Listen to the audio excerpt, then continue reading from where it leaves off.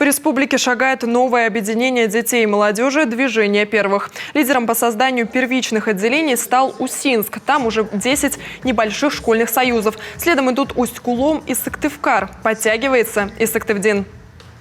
Открытие первого отделения для нас действительно очень значимое событие, потому что это некий старт для нашего Сыктывдинского района.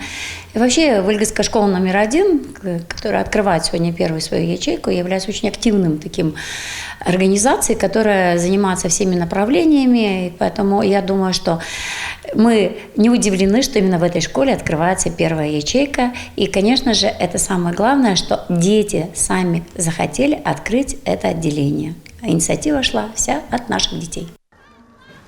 Напомним, инициативу обычной российской школьницы о создании нового движения поддержал президент. Движение первых пришло на смену российскому движению школьников. Оно стало намного масштабнее.